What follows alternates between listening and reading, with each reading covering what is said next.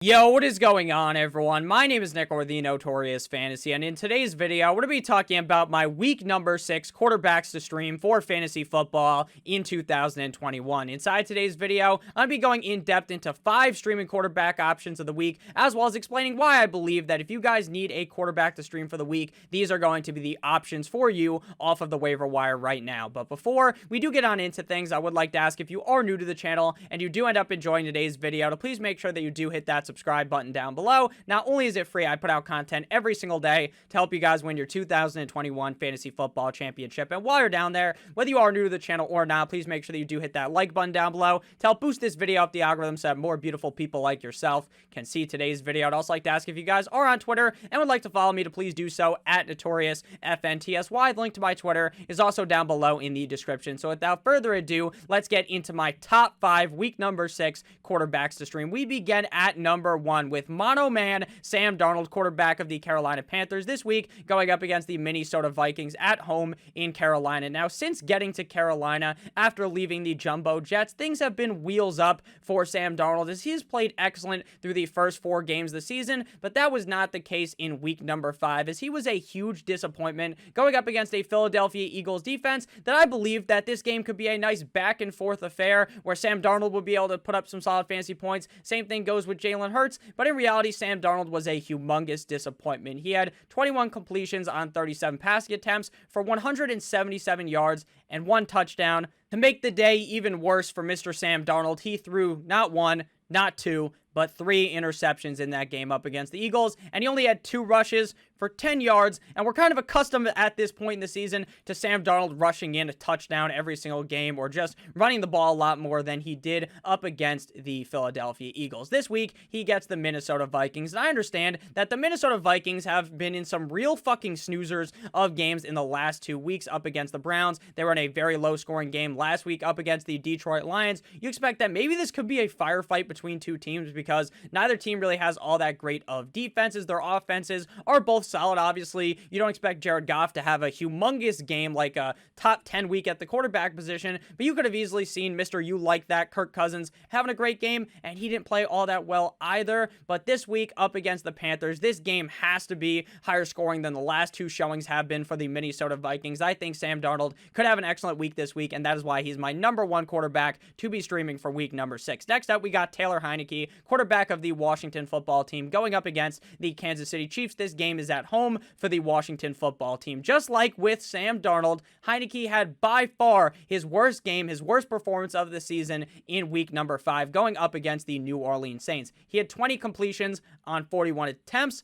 That is less than 50%. That is pretty easy math right there. 20 completions on 41 attempts for 248 passing yards, no touchdowns, 2 interceptions. He also had 40 rushing yards on 5 rushes, but does that really help you out when you threw 2 interceptions, no touchdowns, only 240 passing yards? No, not really. So obviously the day could have been a lot worse for Heineke had he have not ran the ball. But still, that was a piss-poor showing for a Washington football team offense that normally looks very good. But this week, lucky for them, they get the Kansas City Chiefs defense, and the Kansas City Chiefs defense looks about as useful as a used fucking condom. The Kansas City Chiefs defense stinks. The Kansas City Chiefs have gotten railed game in and game out defensively. Josh Allen laid the hammer down on the Chiefs. Now, I'm not saying that Taylor Heineke is as good as Josh Allen, because frankly, that would be a fucking absurd statement to make. But Taylor Heineke is a good enough quarterback to succeed up against a dumpster fire of a defense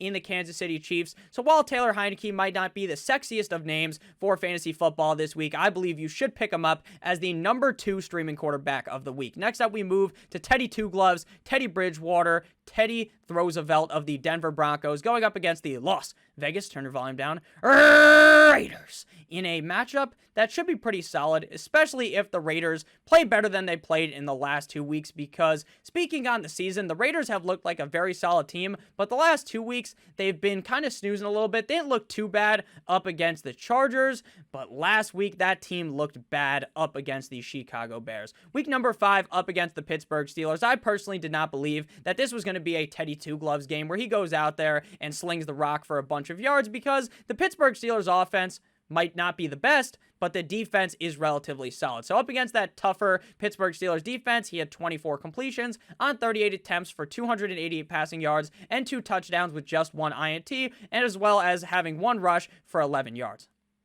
So again, nothing record-breaking for Bridgewater up against the Steelers, but this week he gets the Raiders that look like a much worse defense when compared to the first couple of weeks of the season. Teddy Bridgewater has proved that he could be a very reliable quarterback week in and week out. It's very unlikely that Bridgewater is going to finish as a top 5 quarterback any given week because of how the Denver Broncos offense works and because Teddy Two Gloves isn't just unleashing piss missiles deep down the field every single play, going for these 60, 70-yard strikes, but he does still have Cortland Sutton there, who played very, very well last week up against the Pittsburgh Steelers, and I expect Teddy Bridgewater to be a usable quarterback on the week. This week, unlike the first couple of weeks of the season, the quarterbacks to stream pool is kind of diluted this week, but I still believe all of these guys do have the chance to be pretty solid on the week, so Teddy Bridgewater, a very safe pickup at the quarterback position if you need to pick one up this week. But before we get into the 4th quarterback in my top 5 quarterbacks to stream of week number 6, I'd like to ask if you guys are new to the channel and you do end up enjoying it, please make sure that you do hit that subscribe button down below. And whether you are new or not, please make sure you hit that like button down below. I would appreciate it a ton. Next up, we got Carson Wentz of the Indianapolis Colts versus the Houston Texans. Now, before you fucking hurl some tomatoes at me through the screen like I was a bad theater act, just settle down a little bit, because I understand that Carson Wentz has been far from amazing. He's been far from pretty solid. He's just been about decent this year. But up against the Houston Texans, basically any fucking quarterback could be good. Except for Mac Jones last week, who didn't have all that outstanding of a game, but I kind of projected that to happen. But I do believe that if Carson Wentz looks like how he looked up against the Dolphins now, I don't have a fucking time machine to jump forward into what is going to be happening tonight up against the Baltimore Ravens, but I could talk about how he played up against the Miami Dolphins. So week 4, up against the Miami Dolphins, he had 24 completions on 32 attempts for 228 passing yards and 2 touchdowns, as well as having 5 rushes for 8 yards. Now, Carson Wentz isn't going to get out there like Lamar Jackson, like Kyler Murray, hit a fucking spin move, stiff arm someone, and do some type of crazy stuff rushing the ball. But what he is going to do is be able to stand in the pocket and dissect a horrible Houston Texans defense. I understand the Texans defense looked good up against the Patriots. And I understand that that is a tough thing to do, but at the end of the day, I think Carson Wentz should be perfectly fine in this game, and while it's going to be tough to kind of get around the stink around Carson Wentz's name, I think he could still have a relatively solid week this week up against the Houston Texans. And final quarterback to stream of the week, we got Trevor Lawrence, quarterback of the Jacksonville Jaguars, going up against the Miami Dolphins in London, baby. Another London game. Can't wait to set your alarms, wake up at 9 a.m., 9 a.m. to watch a masterpiece. The Jacksonville Jaguars, who completely stink, versus my Miami Dolphins, who, guess what? They also fucking stink. So this is going to be the battle of the ages. Last week, we got the Jets versus the Falcons. But while I like the Dolphins defense this week, and while I will be adding them as a defense to stream, there is definitely a big possibility that the Jaguars roll the Dolphins up like a blunt and smoke them. The Dolphins defense has sucked this season. Terrible against the run. All right against the pass, but eventually the Dolphins defense, they tap out. They give up. They say uncle. They yell uncle. They say, you know what? We're getting fucking spanked by Tom Brady. We're getting spanked by Carson Wentz. I give up. We're getting soaked by Josh Allen. Fuck it. We're done. We quit. That's basically what happened. It's like that Ohio State player, I believe, earlier on in the college football season. He just quit. That Bills dude who quit at halftime on the defense. His name's escaping me a couple of years ago. That's what the Dolphins defense does. But they go out there. But they basically quit the game because they just don't care. They know the game's not going to be able to be in reach, so they just give up. Now, with Tua Tagovailoa under center, hopefully this week, maybe things change. And maybe the defense shapens up. They play well because they understand that the quarterback can actually do something.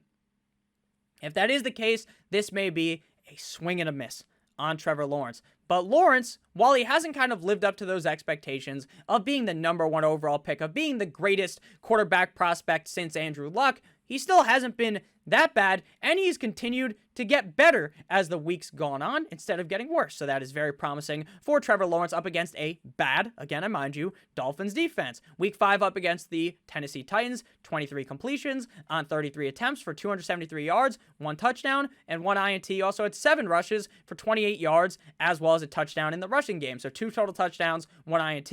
And it does appear that he actually likes to rush the ball a little bit more now through the first 3 weeks of the season. He wasn't really getting out there. He wasn't really kind of potentially putting his body in danger, but the last 2 weeks he has been doing so, and he has had 1 rushing touchdown in each game, last week up against the Titans, and the week before that on that Thursday Night Football game up against the Cincinnati Bengals. So I do believe that Trevor Lawrence is a solid start on the week. There is definitely a bit of risk, though, with it, because Lawrence hasn't played that great.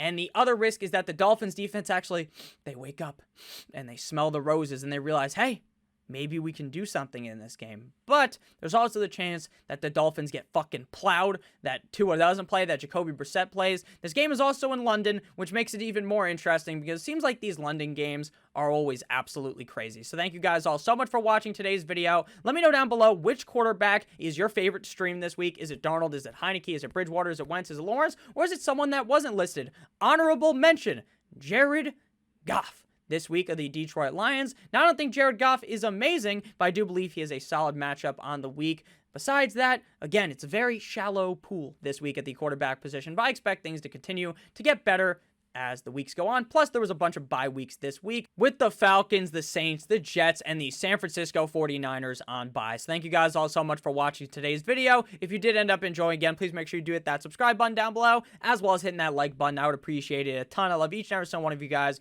I hope you have a great rest of your guys' day, and as always, good boy!